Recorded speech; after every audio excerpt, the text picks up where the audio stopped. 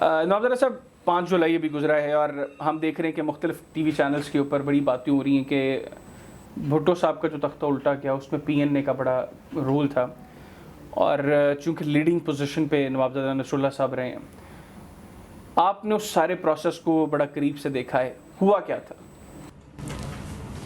دیکھیں، وہ جب پی این اے اور پیپلز پارٹی کے درمیان مذاکرات ہو رہے تھے تو اس وقت تقریباً مذاکرات کامیاب ہو چکے تھے، اور جس شام کو جب رات کو یہ مارشل لا لگایا گیا تو شام کو نوازر صاحب کی پریس کانفرنس تھی اور ان کے ساتھ باقی جو پی این اے کی لیڈرشپ تھی، اس میں انہوں نے کلیئر کہا کہ جی مذاکرات ہمارے قوم کو خوشخبری دی، کہ مبارکباد دی کہ مذاکرات کامیاب ہو گئے ہیں، اور صبح حفیظ پیرزادہ صاحب اور جو ہماری طرف پروفیسر غفور صاحب وہ پریس کانفرنس ایک ہوگا، جوائنٹ پریس کانفرنس ہوگی، اس سے پہلے وہ اس کے اوپر دستخط کریں گے جو باتیں طے ہو گئی ہیں ساری.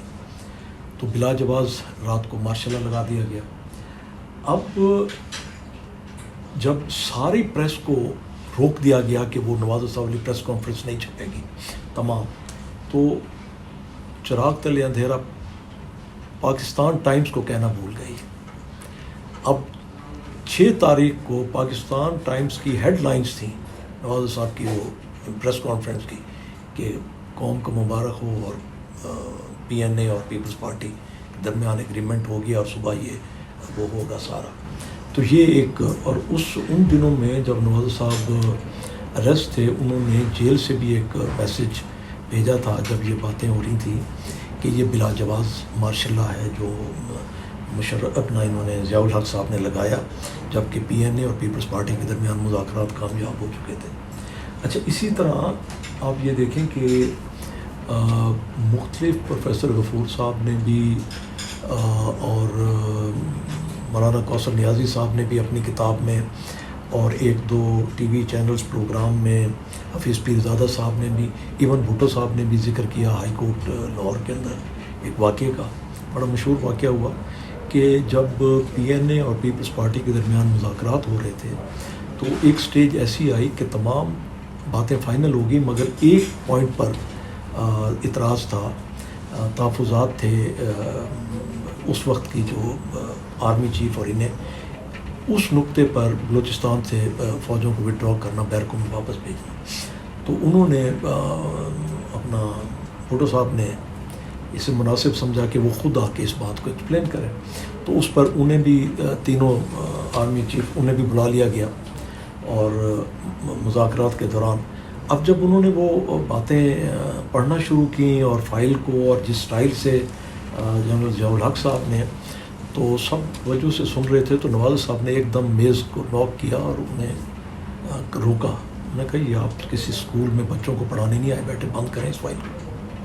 اور وہاں پر ایک تھوڑی تلخی ہوئی تو بھٹو صاحب نے فوراً ہی چائے کا وقفہ کر دیا تھا کہ اور جب اٹھے تو نواز صاحب نے بھٹو صاحب سے کہا، میں کہا میں آپ کو بتا رہا ہوں ان کی باڈی لینگویج، یہ اپنا طے کر چکے ہیں کچھ اور چیز،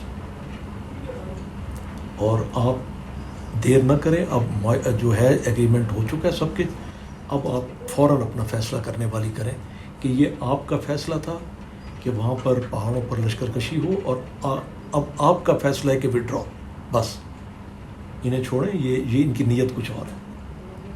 تو آپ کو یاد ہوگا جب مولوی مشتاق نے یہ بات کی، جب بھٹو صاحب نے کہا کہ ان کی نیت تھی، تو انہوں نے کہا کہ بعد میں ہر کوئی کہتا ہے کہ کیا اس دوران بھی کبھی آپ کو یہ محسوس ہوا؟ تو پھر بھٹو صاحب نے یہی واقعہ کوٹ کیا کہ نصر اللہ صاحب نے مجھے جی بالکل. تو ہمارا تو جمہوریت کے ساتھ وہ رہا ہے، ہمارا کبھی کسی کے ساتھ. اور آپ یہ دیکھیں کہ بھٹو صاحب کے ساتھ چاہے وہ جیل میں بھی تھے، نواز صاحب کا ان سے رابطہ بھی رہتا تھا اور سارا. اور جب محترمہ بھی جا کے ملی تو نواز صاحب نے ان سے جب لاسٹ ملاقات جب تھی اس میں، تو انہوں نے بھی نواز صاحب کے بارے میں انہوں نے کہا کہ جب بھی کبھی آپ نے کوئی مشورہ یہ کرا تو اچھا یہ میں بلکہ میں نے آپ سے ایک مرتبہ پہلے بھی ریکویسٹ کی تھی، مجھے یہ ایک مرتبہ واقعہ دوبارہ سنائیے گا. ایک تو بھٹو صاحب نے غالباً 2 لوگوں کے حوالے سے محترمہ سے کہا تھا کہ آپ نے ان سے بات کرنی، اور اس میں نوابزادہ صاحب کو کوٹ کر کے کہا تھا کہ ہیں تو وہ میرے سیاسی مخالف، لیکن اگر آپ کو کسی وقت مشورے کی ضرورت پڑے تو آپ نے نوابزادہ نصر اللہ صاحب سے. دوسرا ایک مرتبہ محترمہ کے ساتھ زرداری صاحب بھی نوابدرہ صاحب کے پاس آئے تھے اور غالباً گوڈو شوڈو کو ہاتھ لگایا تھا. جی یہ واقعہ خود زرداری صاحب نے ہمیں سنایا. انہوں نے بتایا کہ میں جب زرداری صاحب 2 سال دبئی میں گزار کے آئے تو میں ملنے کے لیے گیا. میرے بیٹے بھی ساتھ تھے عمران عدنان. تو بیٹھے ہیں ویسے گپ شپ لگ رہی تھی تو ایک دم وہ میرے بیٹوں سے مخاطب ہوئے. کہنے لگے آپ کو پتہ ہے کہ آپ کے دادا کے ساتھ میرا کس طرح کا وہ تھا. تو یہ اس سے چھوٹے تھے. انہوں نے کہا کہ نہیں جی میں تو دیکھتے تو تھے ہم آپ کو سارا. تو پھر انہوں نے یہ واقعہ سنایا. انہوں نے کہا کہ جب 93 والے اس میں وہ ہوا نا 88 والے میں کہ ہم لوگ اسمبلیوں میں آئے تو فیصلہ ہوا کہ جی اسحاق خان کو پریزیڈنٹ وہ کیا جائے اور سارا. تو بی میرے پاس آئی. انہوں نے کہا کہ فاروق خان کو بلاؤ اور سارا. تو پھر انہوں نے سارا واقعہ سنایا کس طرح فاروق خان آئے. میں نے انہیں کہا تو اس وقت سردار فاروق خان جو تھا وہ ان کے ہاتھ پاؤں پھول گیا, وہ کانپ رہے تھے کہ جی میرے سے یہ چیز نہیں ہوگی. تو اچھا فاروق خان لغاری صاحب کو زرداری صاحب نے بلایا اور فاروق خان کو کہا کہ جی آپ کو فیصلہ ہوا ہے. بی کہہ کے گئی ہیں آپ کو پریزیڈنٹ آپ نے ہمارے ساتھ چلنا ہے کہیں.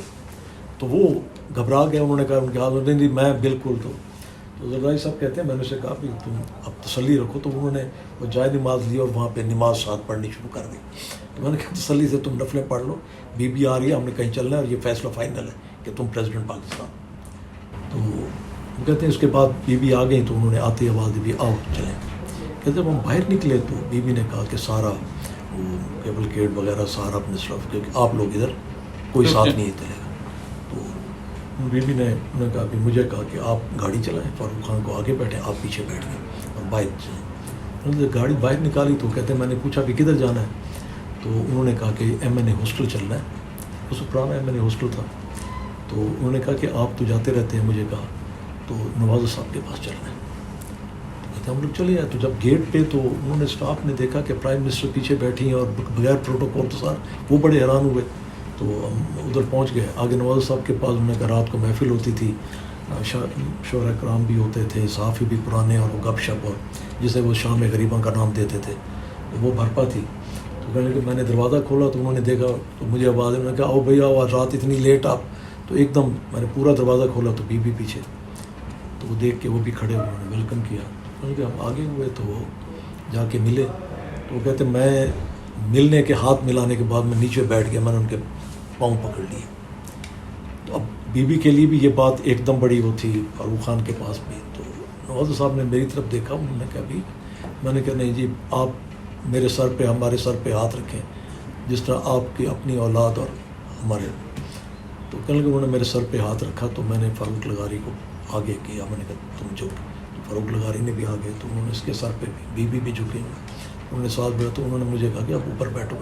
میں نے کہا نہیں جی نہیں آپ بزرگ, ہم آپ کے قدموں میں ٹھیک ہے. تو وہاں پر پھر کہنے لگے اب ہمیں کہنے کی ضرورت ہی نہیں تھی کہ وہ اتنے انہیں تجربہ تھا, انہیں سمجھ تھی ساری. تو انہوں نے اپنے سیکرٹری کو بلایا, بلکہ زرداری صاحب کو نام بھی یاد تھا کہ انہوں نے جمشید سیکرٹری تھا انہیں بلایا. انہوں نے کہا کہ کل وہ جو کاغذات واپس لینے کی پریزیڈنٹ کی میعاد کتنے بجے تک ہے. انہوں نے کہا جی کل 12 بجے تک. انہوں نے کہا میرے سے وہ دستخط کرا لو اور کل وہ وڈرا کر لو. بالکل ٹھیک. تو کہنے لگے ایک دم بی نے میری طرف دیکھا اور وہ انہیں اندازہ نہیں تھا کہ یہ سب کچھ کیا ہو رہا ہے. تو پھر انہیں اندازہ ہوا اور وہ بڑی وہ ہوئی اور بعد میں کہنے لگی کہ یہ کس طریقے. تو کہنے لگے ایک ہمارا اپنا ایشین کلچر, ہمارے بزرگوں کے ساتھ کس طرح وہ کرنا ہے سارا یہ.